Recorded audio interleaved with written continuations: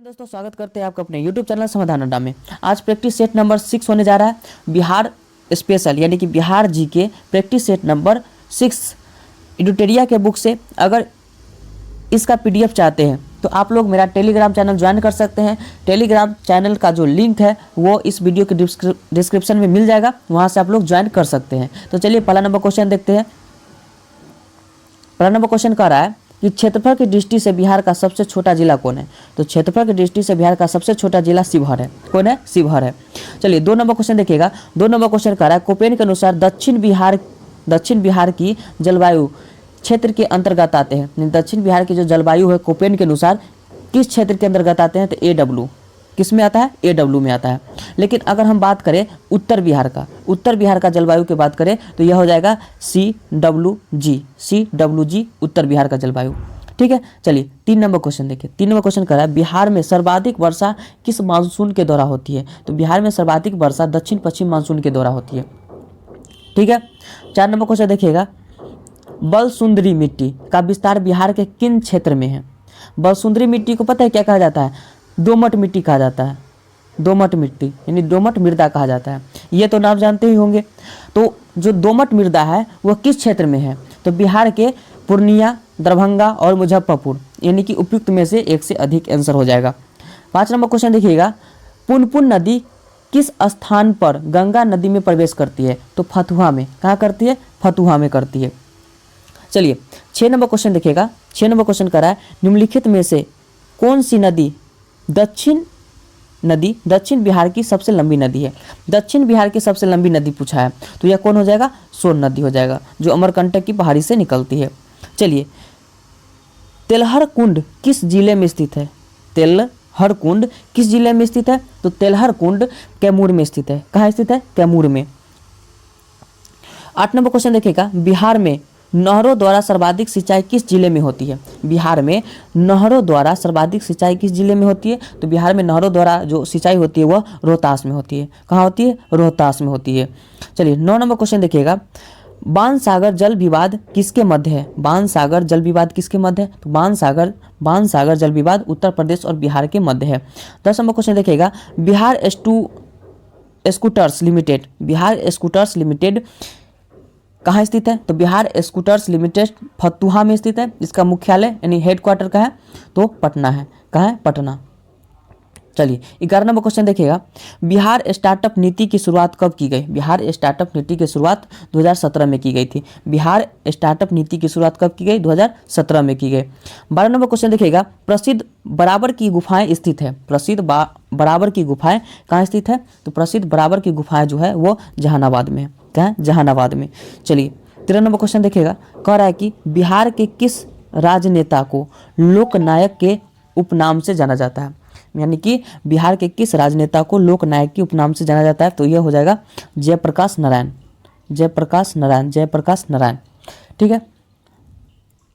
14 number question निम्न में से कौन बिहार का प्रथम हिंदी समाचार पत्र है। निम्न में से कौन बिहार का प्रथम हिंदी समाचार पत्र है? तो बिहार बंधु। कौन है? बिहार बंधु। चलिए 15 नंबर क्वेश्चन देखिएगा। 15 नंबर क्वेश्चन करें निम्नलिखित में से किसके द्वारा बिहार साइंटिफिक सोसाइटी की स्थापना की गई। किसके द्वारा बिहार में साइंटिफिक सोसाइटी की स्थापना की गई? तो किसके द्वारा की गई? तो आंसर हो जाएगा इसका इमदाद अली खां के द्वारा बिहार में साइंटिफिक सोसाइटी की स्थापना की गई। चलिए यहाँ से क्लियर। 16 नंबर क्वेश्चन देखिए बिहार की पहली मैथिली फिल्म कौन है। बिहार की पहली मैथिली फिल्म कौन है? तो कन्यादान। कौन है? कन्यादान। बिहार की पहली मैथिली फिल्म है कन्यादान।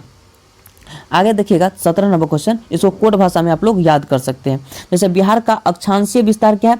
तो 24-20-10 से लेकर के 27, 31 और 15 उत्तरी अक्षांश तक विस्तार है। चलिए 18 नंबर क्वेश्चन देखिएगा जनसंख्या की दृष्टि से बिहार का सबसे छोटा जिला कौन है। जनसंख्या की दृष्टि से बिहार का सबसे छोटा जिला कौन है? तो शेखपुरा। जनसंख्या की दृष्टि से।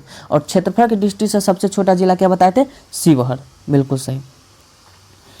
तो शेखपुरा हो जाएगा इसका आंसर। आगे चलते 19 नंबर क्वेश्चन। 19 नंबर क्वेश्चन देखिएगा 17वीं बिहार विधानसभा चुनाव 2020 में निर्वाचन महिला विधायकों की संख्या कितनी थी। यानी कि क्वेश्चन कह रहा है कि 17वीं जो विधान सभा चुनाव हुआ था 2020 में, उसमें महिला विधायकों की संख्या कितनी थी? महिला विधायकों की संख्या कितनी थी? तो 26। कितनी थी? 26। चलिए 20 नंबर क्वेश्चन देखिएगा। कह रहा है कि बिहार सरकार द्वारा 7 निश्चय वन की शुरुआत कब की गई? बिहार सरकार द्वारा 7 निश्चय वन की शुरुआत कब की गई? तो यह कब की गई? तो इसका डी नंबर आंसर है, लेकिन किया गया 2015 में। कब किया गया? 2015 में किया गया। चलिए 21 नंबर क्वेश्चन देखिएगा। 21 नंबर क्वेश्चन करा, भारतीय संविधान के किस अनुच्छेद के अंतर्गत राज्य की समस्त कार्यपालिका शक्तियां राज्यपाल में निहित है? किस अनुच्छेद में कहा गया है कि जो कार्यपालिका शक्ति राज्यपाल में निहित है? तो यह आर्टिकल 154 में कहा गया है। आर्टिकल 154 में कहा गया। चलिए 22 नंबर क्वेश्चन देखते हैं। 22 नंबर क्वेश्चन कह रहा है कि बिहार में ग्राम सभा की कितनी बैठक एक वर्ष में बुलाए जाने का प्रावधान है? यानी कि क्वेश्चन कह रहा है बिहार में ग्राम सभा की कितनी बैठक एक वर्ष में बुलाए जाने की प्रावधान है? तो यह कितनी है? तो 4 बैठक एक वर्ष में बुलाया जाएगा। चलिए 23 नंबर क्वेश्चन देखिए। 23 नंबर क्वेश्चन कह रहा है स्थानीय शासन को किस वर्ष राज्य सूची का विषय बनाया गया? स्थानीय शासन को किस वर्ष राज्य सूची का विषय बनाया गया? तो यह बनाया गया था कब? तो 1935 में। अगर आप लोग को पता होगा कि राज्य सूची में कितना विषय था, तो 66 है, कितना? तो 61। क्लियर? चलिए यहाँ से यह क्लियर। 24 नंबर क्वेश्चन देखिए। विधान परिषद साधारण विधेयक को कब तक रोक सकता है? यानी कि विधान परिषद साधारण विधेयक को कब तक रोक सकता है? तो कब तक रोक सकता है? तो 3 माह तक रोक सकता है। कब तक रोक सकता है? 3 माह तक रोक सकता है। 25 नंबर क्वेश्चन देखिएगा। विधान परिषद में कुल कितने सदस्य राज्यपाल द्वारा मनोनीत किए जाते हैं? तो विधान परिषद में कुल कितने सदस्य राज्यपाल द्वारा मनोनीत किए जाते हैं? तो यह कितना हो जाएगा? 1/6 राज्यपाल द्वारा किए जाते हैं, मनोनीत किए जाते हैं। 26 नंबर क्वेश्चन देखिए। निम्नलिखित में से किस राजधानी का निर्माण बिंबिसार के दरबारी वास्तुकार महागोविंद के द्वारा किया गया? तो किसका निर्माण किया गया था? किस राजधानी का? तो राजगृह का। किसका? राजगृह का। चलिए 27 नंबर क्वेश्चन देखते हैं। निम्नलिखित में से किसने बोध गया में महाबोधि वृक्ष को क्षतिग्रस्त किया था?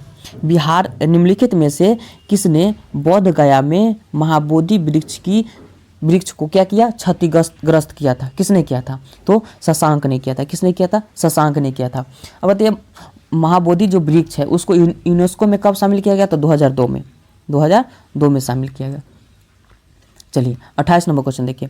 औरंगजेब के पौत्र राजकुमार अजीम ने पटना का नया नाम क्या रखा था?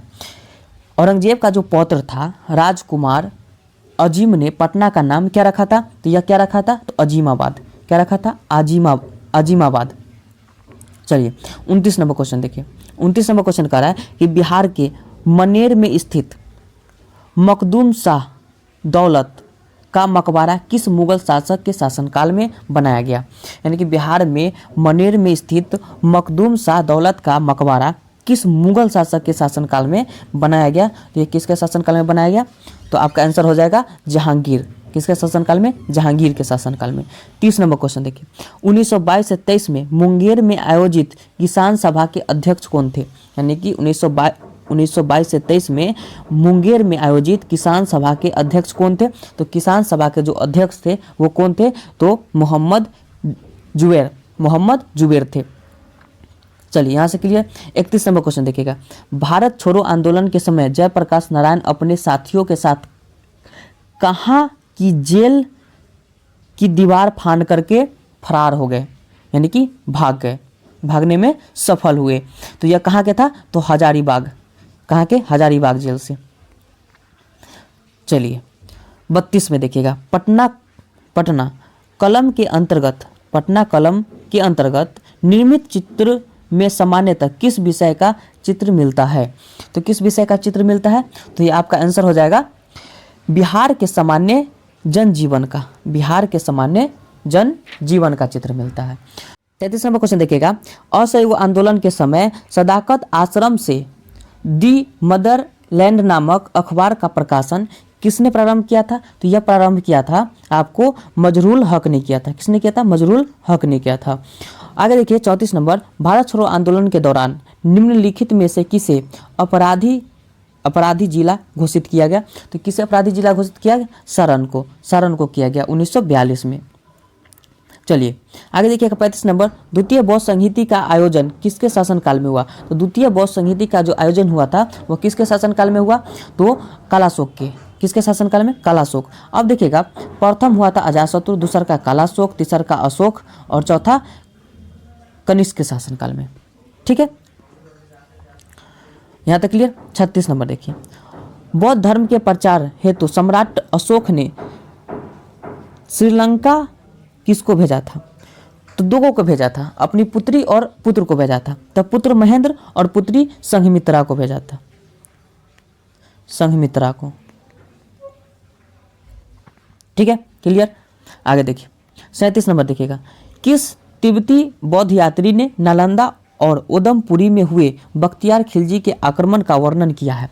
यानी किस तिब्बती बौद्ध यात्री था, ध्यान में रखिएगा, नालंदा और उदंतपुरी में हुए बख्तियार खिलजी के आक्रमण का वर्णन किया है? तो किसने किया था?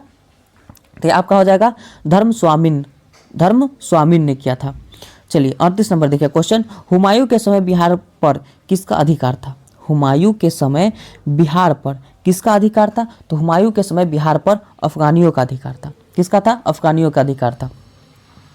39 नंबर क्वेश्चन देखिएगा, 39 नंबर क्वेश्चन कह रहा है कि बिहार को मुगल साम्राज्य के सूबा यानी प्रांत के रूप में दर्जा दिया गया। यानी बिहार को मुगल साम्राज्य के सूबा के रूप में दर्जा दिया गया। कब? तो 1540 में, 1540 ईस्वी में।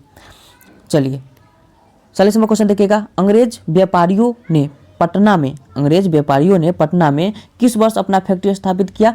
तो अंग्रेज व्यापारी पटना में किस वर्ष अपना फैक्ट्री स्थापित किया? तो कब किया था? तो यह 1651 में किया था। चलिए 41 नंबर क्वेश्चन देखिएगा, कुंवर सिंह ने किस युद्ध में नाना साहब को सहयोग किया था? यानी कुंवर सिंह थे, वो नाना साहब को किस युद्ध में सहयोग किए थे? तो किस युद्ध में सहयोग किए थे? यह कानपुर युद्ध में सहयोग किए थे। चलिए आगे चलते हैं 42 नंबर क्वेश्चन, पालकालीन चित्रकला का भित्ति चित्र रूप कहाँ से प्राप्त हुआ है? यानी पालकालीन चित्रकला का भित्ति रूप कहाँ से प्राप्त हुआ है? तो यह जो प्राप्त हुआ है नालंदा से। कहाँ से प्राप्त हुआ है? नालंदा से प्राप्त हुआ है। 43 नंबर क्वेश्चन देखिएगा, बेगूसराय में चौकीदारी कर के विरुद्ध आंदोलन एक हिंसा था किसमें? सविनय अवज्ञा आंदोलन का। देखिएगा, निम्न में से किस युद्ध के पश्चात ईस्ट इंडिया कंपनी का बंगाल पर शासन स्थापित हो गया? तो पहला देखिए चौसा का युद्ध हुआ कब? तो 29 जून 1539 को। प्लासी का युद्ध कब हुआ? 23 जून 1757 को। बक्सर का युद्ध कब हुआ? 12 अक्टूबर 1764 को। यही जो बक्सर का युद्ध था वो 12 अक्टूबर 1764 को हुआ। इसी युद्ध के पश्चात ईस्ट इंडिया कंपनी का बंगाल पर शासन स्थापित हो गया। ठीक है, तो इसका आंसर क्या हो जाएगा? सी नंबर, बक्सर का युद्ध 12 अक्टूबर 1764 को। 45 नंबर क्वेश्चन देखिए, बिहार में नवपाषाण काल के अवशेष किस क्षेत्र यानी कि जिले से प्राप्त होता है? बिहार में नवपाषाण काल के अवशेष किस क्षेत्र से प्राप्त होता है? तो यह सारण यानी कि सारण और वैशाली से। 46 नंबर क्वेश्चन देखिए, बिहार का कौन सा राज्य उत्तर वैदिक काल का एक महत्वपूर्ण राज्य बना? कौन सा राज्य? तो विदेह। कौन राज्य बना? विदेह बना। चलिए 47 नंबर क्वेश्चन देखिएगा, विश्व का पहला गणतंत्र वैशाली में किसके द्वारा स्थापित किया गया? विश्व का पहला गणतंत्र वैशाली में किसके द्वारा स्थापित किया गया? तो लिच्छवी के द्वारा। किसके द्वारा? लिच्छवी के द्वारा। चलिए 48 नंबर क्वेश्चन देखिएगा, महाभारत तथा पुराण के अनुसार मगध क्षेत्र में किस राजवंश का उल्लेख सर्वप्रथम आता है? यानी कि आप यहाँ ध्यान से देखिएगा, महाभारत और पुराणों के अनुसार मगध क्षेत्र में किस राजवंश का उल्लेख सर्वप्रथम आता है? तो बृहद्रथ वंश का। ठीक है, 49 नंबर देखिए, बिंबिसार कितने वर्ष की आयु में मगध साम्राज्य के सिंहासन पर बैठा? तो 15 वर्ष की आयु में। बिंबिसार कितने वर्ष की आयु में मगध के सिंहासन पर बैठा? तो 15 वर्ष की आयु में। ठीक है, चलिए 50 नंबर लास्ट क्वेश्चन, मौर्यकालीन प्रांतों में किस प्रांत की राजधानी पाटलिपुत्र थी? मौर्यकालीन प्रांतों में किस प्रांत की राजधानी कहाँ थी? पाटलिपुत्र थी। तो प्राच्य का। ठीक है, यहाँ से क्लियर। तो चलिए, वीडियो कैसा लगा कमेंट में अवश्य बता दीजिएगा, लाइक कर दीजिएगा, चैनल को सब्सक्राइब नहीं किए हैं तो सब्सक्राइब कर दीजिएगा। फिर मिलते हैं अगले सेट नंबर 7 में। तब तक के लिए वीडियो देखने के लिए बहुत बहुत धन्यवाद।